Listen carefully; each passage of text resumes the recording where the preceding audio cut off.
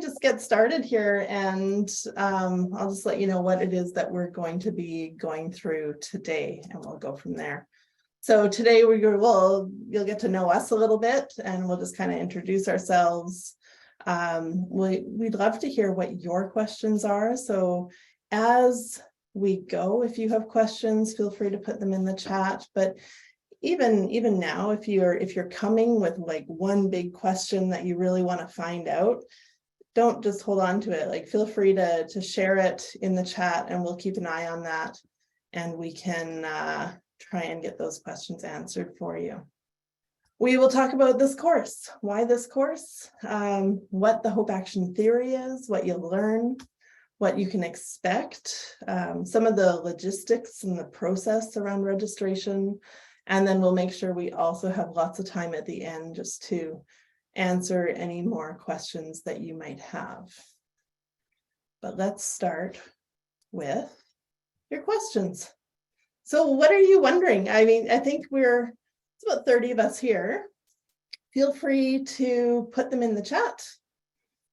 Just come off speaker and say it. I'll maybe let you know if we're going to cover that, but it's just kind of good to help us make sure that we're answering some of the questions that you might have already.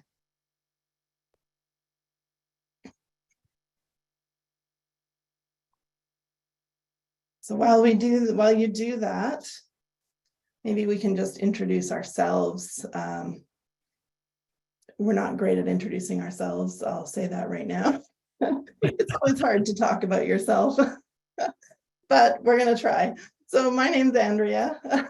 I am a coach. I'm an organizational coach. I'm part of the instructional team at UBC for the organizational coaching program, which I mentioned. Beyond that, I also am the founder of the company Double Knot Works, and we do training and teaching and speaking and coaching all over the world. We, as I mentioned, like, we're teaching in Singapore right now. We frequently speak. I think, Skip, you're speaking in Korea this week.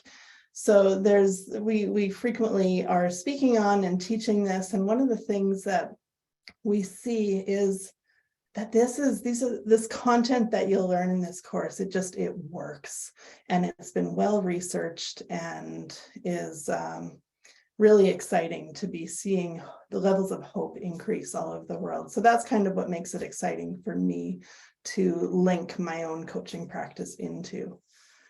Norm, you're next on my screen. Do you want to introduce yourself?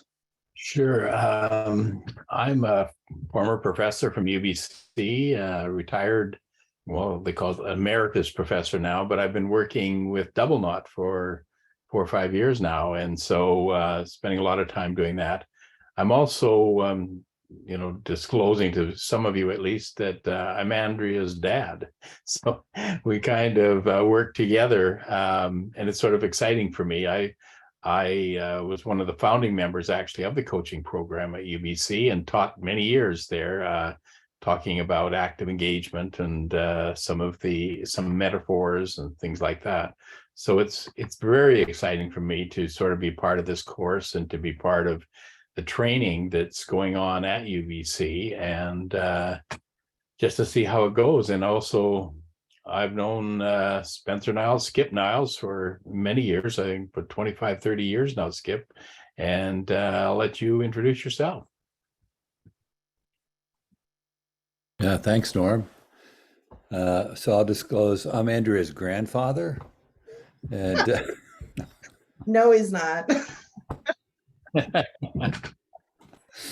I am not. No, I am not. But a good friend of both Andrea and Norm. As Norm said, we've been working together for a few decades. And I'm currently a professor at a university called the College of William and Mary, which is the second oldest university in the United States. And then prior to that, I was a professor at Penn State. And then prior to that, I was a professor at the University of Virginia. So was in the room when Hope Action Theory was birthed, and have been in love with it ever since. So I'm excited about the opportunity to introduce you to this robust and, I think, very useful theory. Right. Well, Skip, do you want to just continue on that introduction and maybe talk a little bit about the hope action theory and just what that is? Sure. Yeah, we're always amazed at, what this. So we created this theory to really focus on what we thought was a missing component in the area of career development. No theory of career development really addressed the important topic of hope. And yet we will introduce interventions to people, and whether they're adolescents, adults, it doesn't matter, and just sort of assume that hope is present in a room with us. Well, that's a risky assumption. And often what happens when people don't have a sense of hope, especially if it's through no fault of their own, and it often is, and it can be as a result of racism, sexism, ableism, heterosexism, classism, the long list. And so what often happens is we blame the victim, because they don't engage, because they're not, involved with the career planning process the way we might think they should be. So we really wanted to create a theory that would put hope as the corner, or the centerpiece, really, the centerpiece. And that's what we've created with this very dynamic theory that actually we found applies certainly to career development, but it goes way beyond. And these are different components that we're going to talk about in the course that really are sort of competencies to be learned and developed, and can guide you in the career decision-making process. In particular, there's sort of a deconstruction of the career decision-making process. And then finally, what I'd say is one way to think about hope action, as opposed to simply hope. Hope, I hope it turns out okay. It's very passive. Wishful thinking, very passive. But hope action requires, as it suggests, you to take action. So one way to think about it is hope action is holding the creative tension between what is and what could be, and then doing something every day to close the gap between the two. And part of hope action theory is helping your clients identify what it is they hope to be next. And that's what we get into in detail with each one of these components of the theory in the course. Thanks, Skip. And you'll see there's all of the different competencies that we'll go through. And it's always tricky, even, I don't know, explaining the hope action theory, I find, because this is an 8-week course. And even then we sort of scratch the surface, and people continue. We see our students continuing to dive into and figure out how this theory applies in their own context. And I see some of the questions around even how does this fit for me? And I have this kind of specific context that I'm bringing into this, and how do those align? And one of the nice things about this theory is that it is a bit of an umbrella theory. And so it's not so much like a specific process that we'll give you and say, this is how you do it, but rather it almost takes a bit more of that coaching approach and saying, here's the theory and the big ideas for it. Now, how do you take what you know and the ways that you're working with clients or the people around you and connect it into that theory, and then strengthen the work you're doing based on what you can learn, and that kind of space in between theory and practice. So here's a sort of a visual that might help you understand a little bit more around what's involved in this training. If I put everything, there would be a lot of circles. So I tried to kind of pick the big buckets. But what we do is this course is really built on the foundation of the hope action theory, as we've talked about. And then on that, we all come from that career development context. And so that also kind of encircles the work that we do. But then within it, we have coaches, we have counselors, we've seen people who are HR leaders, organizational development specialists. We have a really broad range of backgrounds that tend to come into it. We come at this work from a coaching and counseling background. I'm a coach. Norm and Skip have counseling backgrounds. So we have that kind of combination approach that you'll hear, and you'll hear us kind of share our own perspectives. We do a lot of self-reflection, and part of this is not just learning tools that you can then put into action, but rather also with that comes learning yourself and saying, like, who are you? And really engaging in the process of the work, so that you're not only learning a bunch of tools you can then go out and use, but you're also gaining confidence in yourself as in whatever role you're in, and probably learning from the people around you too. Like, there will be coaches and counselors and all different types of people maybe in the groups. And so we really love how that weaves together like a shared knowledge, and you can then learn from each other, and we can learn from you too. And then finally, there's the active engagement piece, which is also really key. Norm, do you want to talk a bit about what they're going to learn and the active engagement of it? Oh, you're muted. No. Muted me. There we go. So what we've done in our research is look at a number of different interventions, and with the idea that you could put almost any intervention in there, but we chose some really key ones, and basically we've had some real outstanding results from a lot of different clients. I mean, this is a theory and a practice, I think, that goes beyond just, oh yeah, this works with this group. I mean, we've worked with Indigenous people, we worked with people, immigrants and refugees, we worked in the university context, we've worked with health professionals. It's a lot of different organizations, and in that we try to sort of, we call it hope action. So the idea is that you're doing something, that it's an active form of moving towards hope. And so the activities involve metaphors, they involve doing things, new ways of kind of looking at this whole career decision-making process. So it's exciting. I've been working in this area for over 40 years, and it's some of the most exciting things I think I've seen in the field. I think for people who've had training in the past, it's a good way to sort of organize. I mean, Andrea talked about that umbrella, to organize all the different things that you're doing, learn some new things.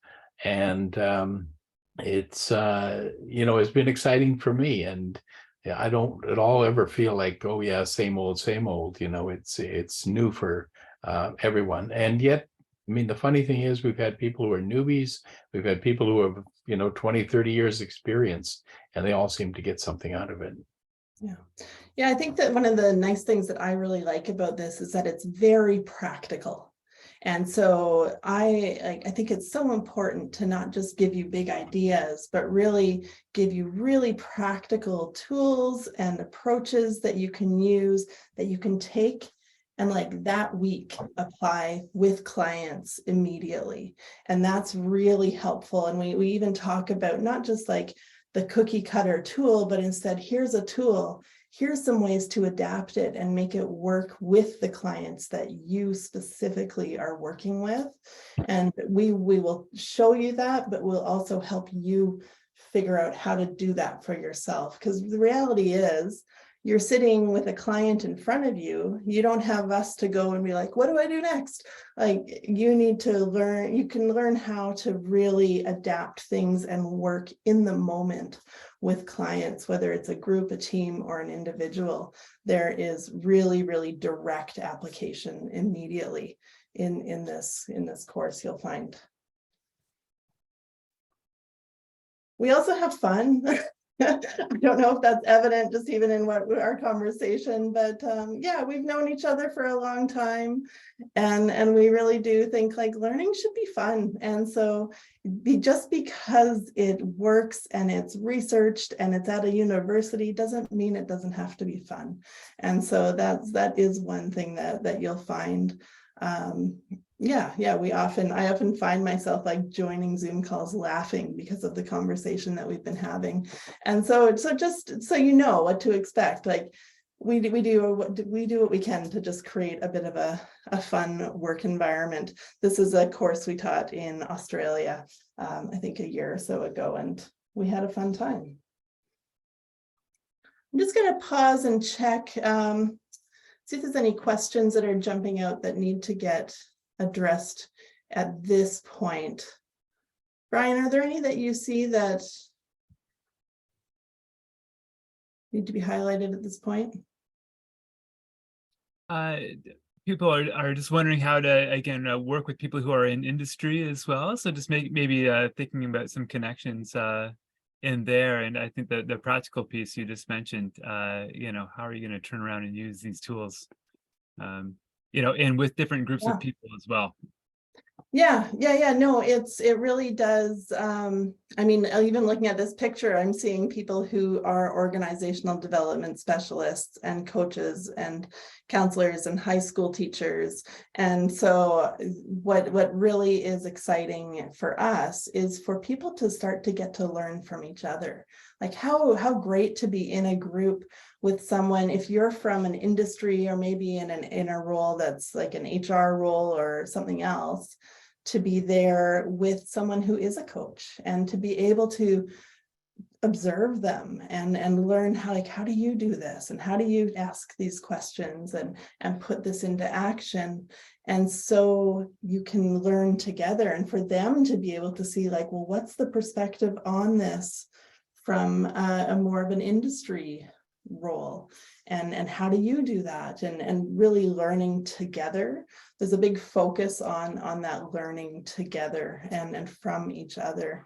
We really do emphasize, like, even if you're brand new or have no experience in career conversations specifically, you have experience in something, and you have this sort of history that you bring with you that has something that is of value that we can be learning together from. And so please don't feel like because you don't have a certain level of expertise, you're not welcome. You are. I mean, you might be interested to know, I mean, the people we're going to be speaking in a few hours in Singapore, I mean, some of them are working in industry and some are in schools and some are working for the government, and, you know, they're all over the map, you know, like it isn't, we haven't designed this training like just, okay, this is your specific group or your specific training. It's been broadly based, and we've been pleased at the kind of responses we've had from that kind of foundation. So, I mean, I think it's interesting because, I mean, I think you could design it for a specific group, but that's not what we've done so far. The other thing that's been really fun with this is not only the class itself, but where people take the theory after the class. There have been some incredibly creative adaptations of Hope Action Theory in a variety of environments and coaching, private coaching, with military veterans in transition, vocational rehab, higher education, secondary school, high school counseling. I mean, it's just been all over the map in terms of how people have taken what they've learned in the course and then just really run with it in some incredibly creative ways. So maybe if we get a little bit more specific, what we can do is we'll just talk you through just like what to actually expect and how to really, what this looks in the real world. Sorry, I'm just seeing. I'm just checking our questions here. Yeah, you really can take what you learn and fold it into your own practice and what you do here. And so here's what you'll expect. We really have a bit of almost like the picture I imagine when I think about this course is a bit of a tapestry, and we're sort of weaving together multiple approaches and perspectives in order for you to really design something that works for you in your context. And so there's about 6 to 8 hours of coursework a week. And that's real. I don't read that and think, oh, I can do it in 4. You can't. It takes 6 to 8 hours a week. And what's involved in that. And it really is the full it includes all of these pieces, that 6 to 8 hours. There is a live weekly Zoom session that happens on Thursday afternoons. You'll have a learning triad that you'll be a part of. And so you will have regular meetings with a group of 3 where you'll take what you're learning and be directly applying it and trying it and practicing it together in a small group as a way of kind of testing it in a safe space. We will have weekly assignments. There is asynchronous course content. And then what we also do is ask you to find a client to work with throughout the course. And this, I know there was a question about the final capstone. This speaks to that. What we do is we ask you to work with a client, and this client can be anyone. It can be a colleague, it can be a family member, just to find somebody to start working with and trying what you're learning on. And then at the end of the course, what we ask you to do is to just write a brief case study about what happened, how it worked. You'll take the Hope Action Inventory assessment, and then also a self-reflection. And so there's 2 parts to that final evaluation. We design this as a cohort-based learning experience. And so you will be going through this with a cohort, and you will probably get to know each other fairly well over the 8 weeks. The bulk of your learning will be asynchronous. And so it is recordings, it's readings, there's some short assignments to do as well. And there's engagement online together in Canvas. You will have us not just teaching you in the 2-hour live session, but we'll also be joining one of your small group meetings, your triad meetings. And so we'll be directly working with you. Like, one of us will come and join you and meet with you for the 2 hours to mentor you as you go. I see a question. The Zoom meetings on Thursdays are 3:30 to 5:30. We do also record those Zoom meetings, and so that's maybe helpful to notice. Like, if you do have a week where you just can't make it, then we record them and you can review them later. We don't recommend you join if you're going to have to watch all of the recordings. You really do miss out on some of the community, and it really is participatory. And so we do expect a high level of participation in those 2 hours. So just to be aware of that. And no, there will not be another cohort in the fall. Sorry, there will be one we do them once a year in the spring. We teach all over the world. And so this is all we can do. Sorry. All right, what do I get? Norm skipped. One of you I think we've covered a lot of this, but anything that jumps out to you? Well, I mean, I think you get the certification in Hope Action Theory and Practice, which a lot we, have been training, and a lot of people are trained, and we're just working with somebody right now who's using this to sort of advance their practice. So I think it's a good certification. With this course, there is sort of an assignment that you have to sort of complete at the end, which has you working with the theory and with somebody. And it doesn't have to be it can be a client, but it can be just a friend, a family member, somebody, just a demonstration of how you use some of these things. So that certification is there, and of course the letter of completion from UBC. And the monthly membership program, something that we have a group of people that we connect with. In fact, I think our membership meeting is tomorrow, and we talk ourselves about different ideas we have. We invite people to who've worked with us. I think tomorrow's session is going to be on somebody who does a lot of work in the criminal justice system and how she's applying it and all this kind of thing. So that's another piece of it. Anything else you want to add, Andrea? No, you did a great job of explaining it. That was on the spot. So yeah, no, that's exactly what it is. Actually, I guess the other thing is if you are a certified coach and a member of ICF, you will get also CCEUs for this program, and we can talk more about that in the program, but I can't remember off the top of my head how many it is. Brian, I don't know if you know.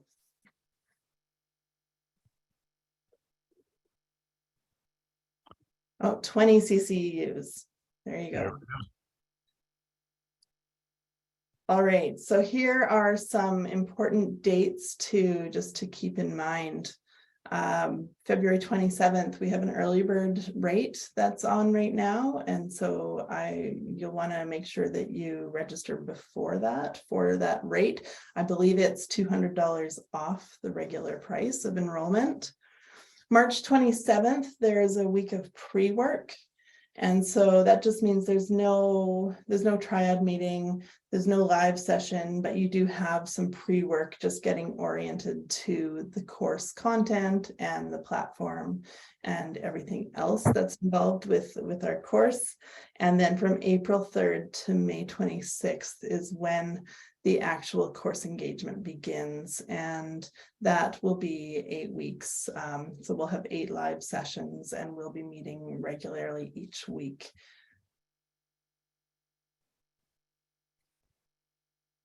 Right.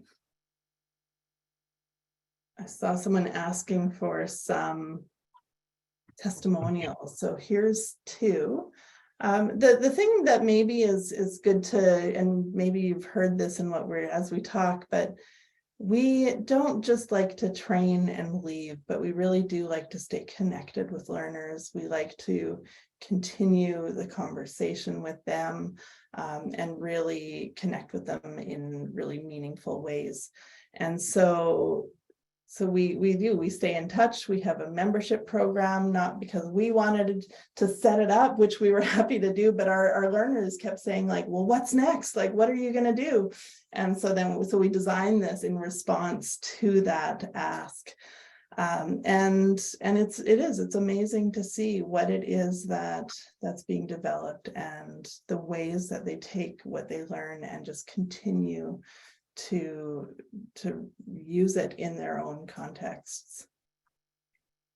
There is, we do set the cohort number. I just see the question, is there a max number of students? Yeah, we like to try and stay below 30 at the very, very top end of it, but it does tend to fluctuate. And so we talk about it as it goes, and yes, we will cap numbers though, so just be aware of that.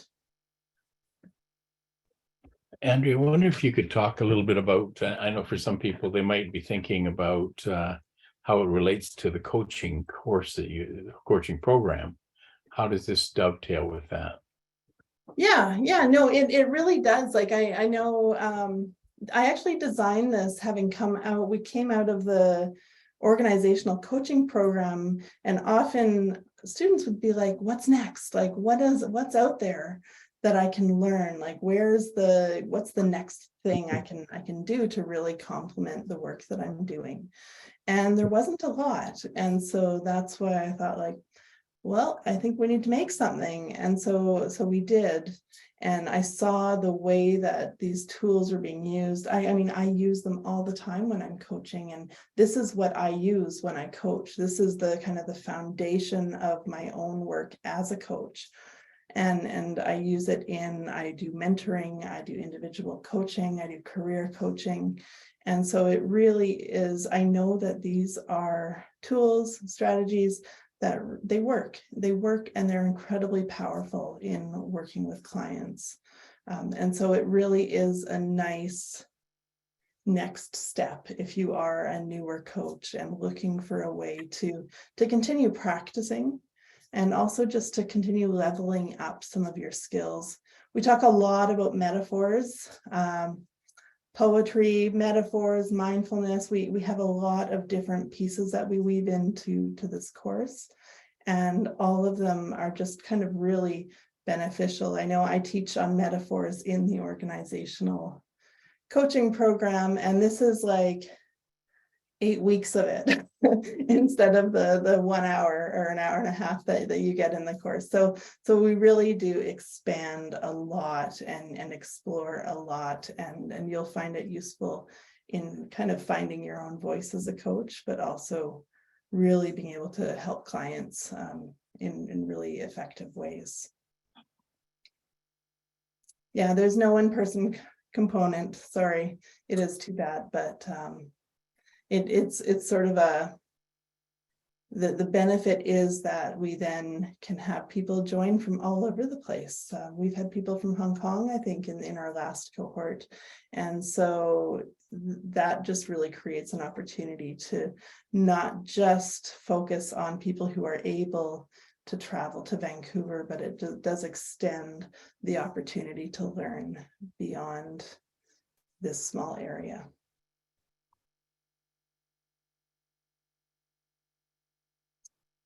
All right, well, here is one testimonial.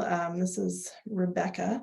She is located in Australia, which you'll find out. And Brian, I'm seeing a question about the link to the organizational coaching program, if you want to put that in.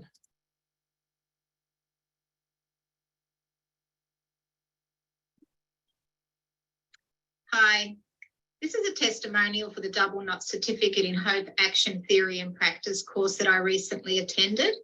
And it's really been a game changer for me at the intersection of my practice as a career development practitioner and rehabilitation counsellor.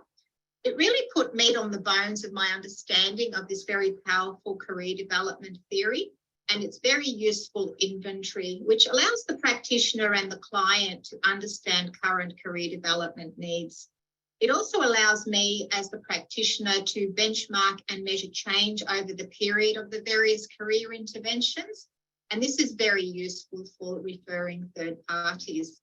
Through the expertise of the course facilitators, Andrea Fröhling, Norman Amundsen, and Spencer Niles, I learned about the value of not just doing, but being, taking the time to slow down and help clients develop self-clarity through self-reflection. I learned the value of helping clients to create a hopeful future of their own making by using powerful meaning-making interventions through the use of metaphors, storybook, and My Life as a Book activities. Thank you, Andrea, Spencer, and Norm, for putting together such an amazing course, which also encouraged all the attendees to interact and learn from each other. I look forward to my continued membership of the Hope Action community. Thank you again.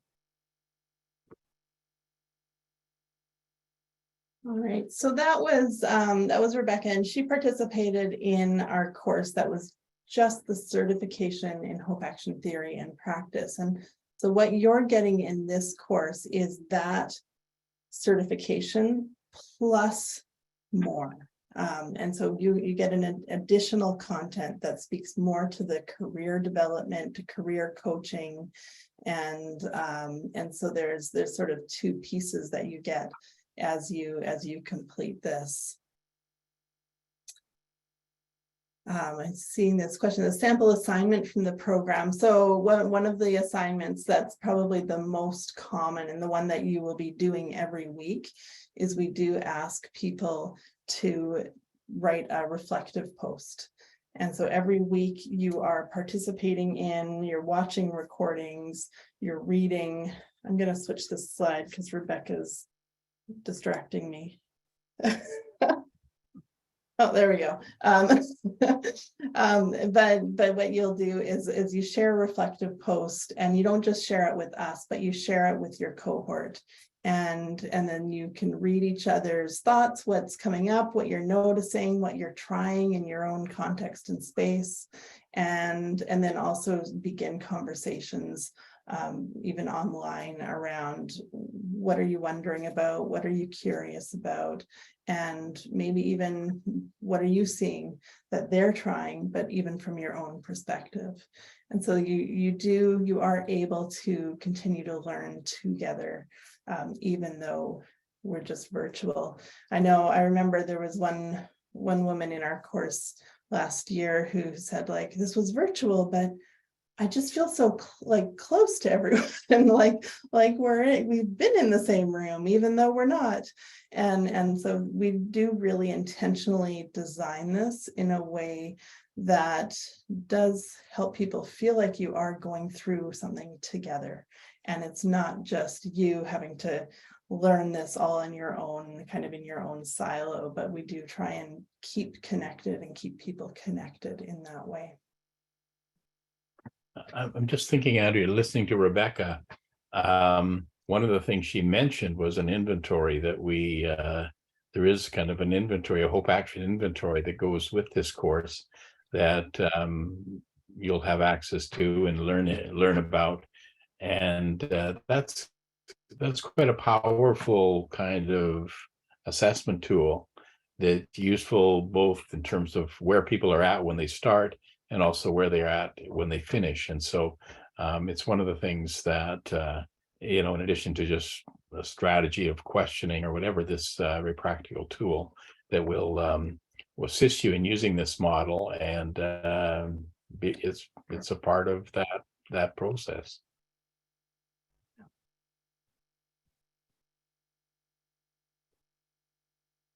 I'm just going to stop sharing here, but if you want to just take a note of our emails, feel free to send us an email and ask questions. It would be nice to actually see faces here for you to see us as well. But if you are wondering about specific dates and specific information, then we can do that. Okay, Andy, I'm wondering if, or Norm or Skip, if you can speak to tools. So say, for example, I'm in industry and, I'm a career practitioner and I'm working with somebody who's in industry and they've just been laid off. And from, yeah. So, and again, not as an example of like, oh, you would go with this, or saying this is what I would do or the process, but rather like what's in the treasure trove of tools that may be useful in this situation. Well, I think, if you want to talk about, we have had lots of people like that. One of the things that, we often start with is that inventory that I just mentioned, getting a sense of where the person's at, how hopeful are they? And then where do they feel their strength is in terms of, are they very good at self-reflection and self-clarity, or is that an issue that they would like to address? Or maybe some people are really good at doing, not too good at being, and other people are really good at being, but not too good at doing. And so, you get a sense of where the person's at and what they need to sort of work on, the strengths they have. And that sort of helps us map out then what we might, how we might consider, and working with them in a kind of a collaborative way, how we could introduce. So it's not a cookie cutter kind of thing. It's not like saying, okay, we've got 5 steps and you're going to do this. From that sort of snapshot, we then work together to sort of say, well, what would be helpful here? What could we use? And we introduce then some of the measures here, depending on the person's needs. We kind of develop a personal kind of approach to what would be helpful and take them through that process. And then hopefully, a little later on, they're able to take that inventory again and say, oh, things have really changed. And that's something that people say repeatedly, is that, they can really see the change and the difference, and how something that might have been weak at one point, now they feel stronger in that area, or they feel something else. So we sort of, I think, have a fairly individualized approach, but based on kind of that snapshot at the beginning, and then sort of moving forward there with a huge variety of tools. I don't know, Skip, do you want to say anything more? Yeah, I think you hit it, Norm. Brian, I think your client is perfectly suited to this theory. And as Norm said, we've all worked with clients in that situation, and obviously one of the big questions for a client going through that experience is how hopeful are they? And then right after that, immediately after that, what can we do as practitioners to help them generate hope and to get moving in a positive direction? And as Norm said, the Hope Action Inventory allows you to provide very targeted interventions to your clients. You know, we often kind of assume, or we think, well, okay, we got to start here. Everybody's got to get this, everybody's got to get that. But the Hope Action Inventory allows you to really focus in on the areas of need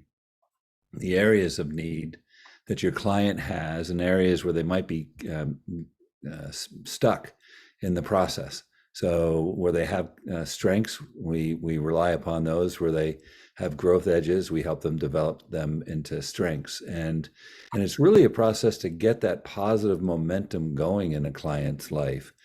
And as Norm said, what you will learn in this course is very specific tools that you can use in addressing each one of the components of Hope Action Theory. Yeah, and in doing the tool, in looking at these tools, some of the tools will come right from what we're teaching you. Others may be things that you do already. It's a way of kind of organizing your toolkit. And you say, well, you know, I mean, maybe as a practitioner, you're always working out of one set of tools, and maybe there's a broader range for you. And what this helps you do is say, let's make sure you got something in each one of those boxes. And then depending on what the needs are of the person, let's pick something that's kind of going to help them and move them along in some of these ways. And also something that they might accept. I mean, if somebody has a strength in a certain area, they might want to have you spend some time there. They don't really want you to do everything else in another component. So they have to do both, but it's kind of I think it's really well suited to complex situations. And we're not dealing now, you know, in a world that is really simple and straightforward. We're dealing in a more complicated, complex society. We're dealing with a lot of uncertainty. And I think it needs an approach that's a little bit broader and, you know, takes account of sort of the whole individual, not just dealing with a part of the person. That might even be interesting to think about, like, if you're making a decision, even for this course, like the questions that you have and the things that you're kind of wondering about might actually be locating yourself naturally on this pinwheel somewhere. Like maybe you need to imagine what's the future is for you if you take this, or you're noticing that things need to change somehow and there's that need for adapting. Or you want to do and really do better. And so noticing maybe where your strength is even naturally here in some of the questions that you have just can give you some insight to your own strength on this pinwheel and sort of seeing where you're at. And then the interesting and the place where it starts getting complex is it's not just you and you're working with a client and they have their own preferences. And so thinking about like, how do you navigate that between those two spaces? Whether like maybe you both really like self-reflection and you love just exploring and talking, but maybe you don't get anywhere as often as you should by the end of your conversation. Or maybe you have someone who's really loves implementing and the doing and setting goals and putting things into action, but you want to just imagine what might be and what the possibilities are.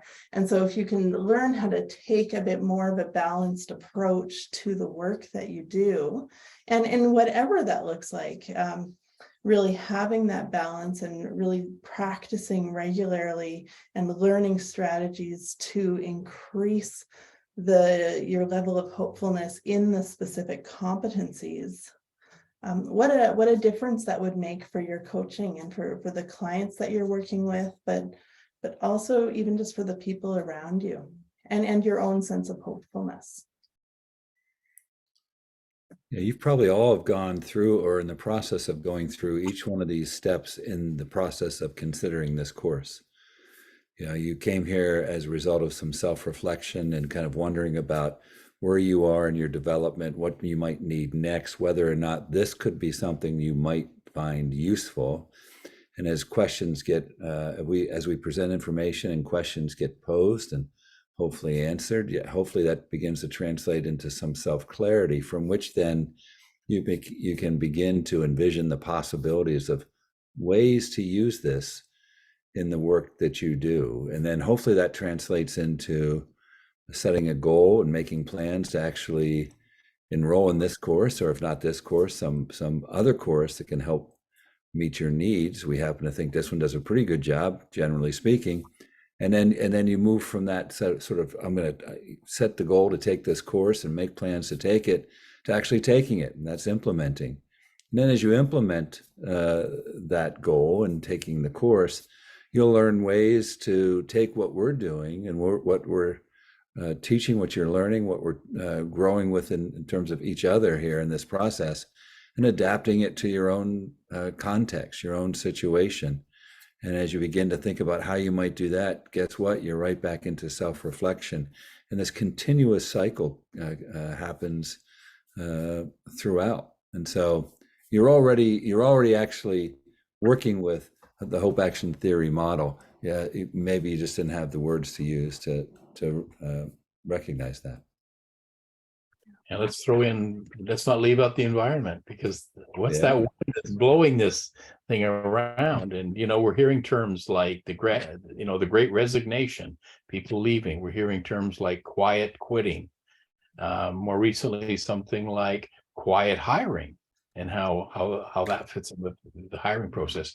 So this is something that, the labor market, the economic processes really fit right into, and that's all part of this as well. I mean, I think we're trying to do something here that's going to fit in a very rapidly changing kind of contextual environment, and to be fluid enough that you as the practitioner here can help somebody adjust and fit themselves into that kind of a scenario. There's a question about a specific example of how this has impacted your own life. And I think something that's maybe good to just even highlight is that, like, this, in many ways, this is our life. Like this work that we're doing. Norm and Skip are two of the founders of this theory. And so it's not something that they've learned and had impacted, but they're the developers of it. And so it's been a lifetime of work in the career development field that this has grown out of. I don't know, Norman, Skip, if you want to speak to any of that, but also just even for myself as like Norm's daughter, and I've kind of grown up in this work and have lived this work for most of my life. Probably since I was about 15 years old, I've been working with people in various roles. And so I think it's changed my entire life, just in having the freedom to not view career as the name of the next job that you're going to do, but instead have it be able to take a much broader perspective of it and understand that, no, it's about the decisions you make in your life. Whatever those decisions might be, they're in some way contributing to that idea of career and how we live out our lives. And just the freedom that can bring to what can often be a very high pressure environment of like, what are you going to do next in your life? I have teenagers and they hear those questions and it makes me cringe. And I think, I want you to do what you love, and I want you to have the hope. I want you to have hope in your life. And that's really what I want for my clients too. And that's what I've found. I've been able to, instead of just pursue work as being a job, I've been able to be hopeful in the next step and know that it's a journey and not a single, and not like not just a job. I use this every day in my life, sometimes without even knowing it. I think that's one of the things that happens with this, is that as you learn it and practice it, it becomes sort of second nature to you. And so it's a very useful tool, I think I've found personally. And then the other thing I say that's really important with this is from a practitioner perspective. And as you know, all of us here have been involved in providing career assistance to people. We've been career practitioners for decades. And I think one of the things that people struggle with, and this was exposed recently in a Harris poll that was conducted by the National Career Development Association in the United States. That's an association that I've twice been president of. And that association, in that Harris poll, they found that surveying adult workers in the US, they found that one of the things that adult workers tend to struggle with is they have no framework to use to guide them in their career planning. It's sort of seat of the pants. Hey, what do you think? Hey, what do you think? No framework to draw from, to ground them, to center them in this very, as Norm said, very complex process of navigating one's career these days. And that's what this does. This provides that sort of grounding that you can fall back on multiple times to draw from in terms of what you might need to do personally to move forward, to navigate your career. And clients can learn this pretty easily, and then they can adapt it and use it in their own lives like we have. I like how you said I pretty think for easily. me, yeah.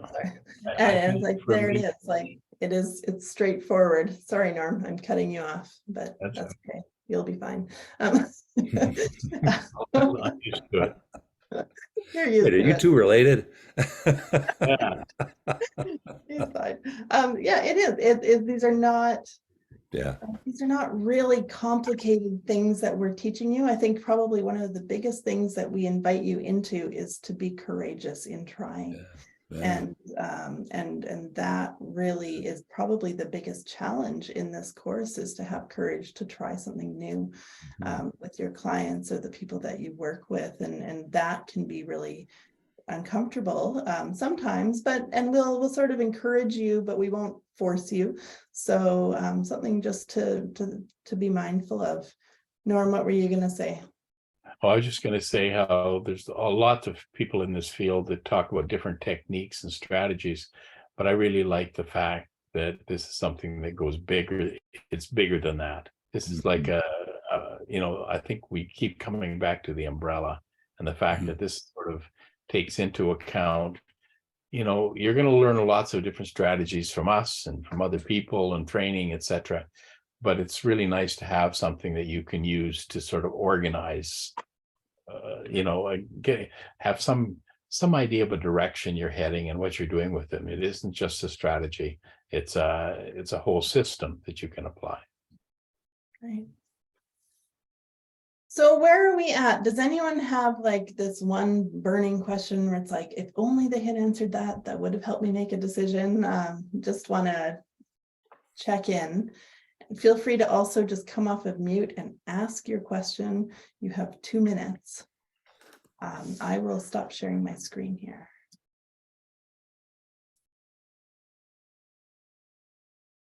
Well, I have a question. Yeah, hi, Rob.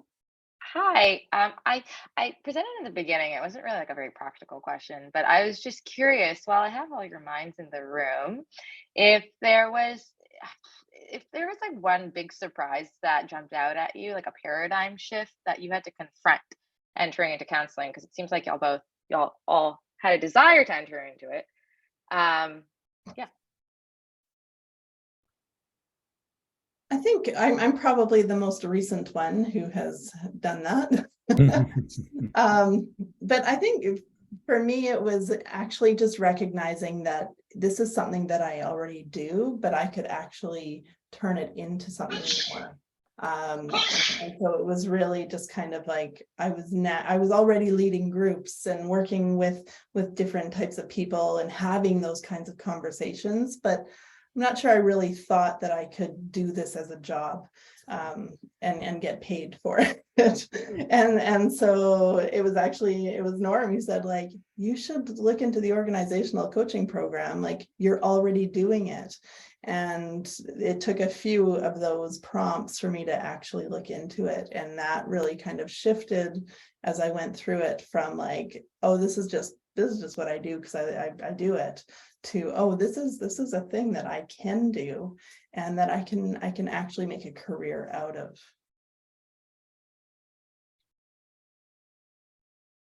Yeah, it's actually one of the activities that we use, is really tying this kind of work to what are things that you do naturally? What are things that you really like to do? And some of those things, and whether they're, something in an academic context or something just for fun, if you really learn how to analyze that kind of information, you'll see that a lot of the threads are already there. The answer to your question is already there. You'll find that there's certain things that you just naturally like to do. I found myself when I was a young man, once upon a time, I worked in a hotel, and I used to have all these people coming around me, and I was working the midnight shift, and I'd be talking to them about their life and all this. I loved it. I didn't have a name for it. I didn't know what I was actually doing, but those kind of things should be in your background. You should see things in what you like that say, this is kind of a little bit like that. And if you can identify those processes, then I think you're on the right track. Right. All right, I think we've got to wrap up here. Thank you, everybody, for coming. If we're happy to continue fielding questions if you want to stay, but I think we'll stop the recording here. For those of you who are watching this as a recording, feel free again to reach out to us and ask if you have questions that maybe didn't get answered during this. Thank you, everybody, and thanks, Brian, for hosting us here. Thank you for being here. Hope to see some of you in the course.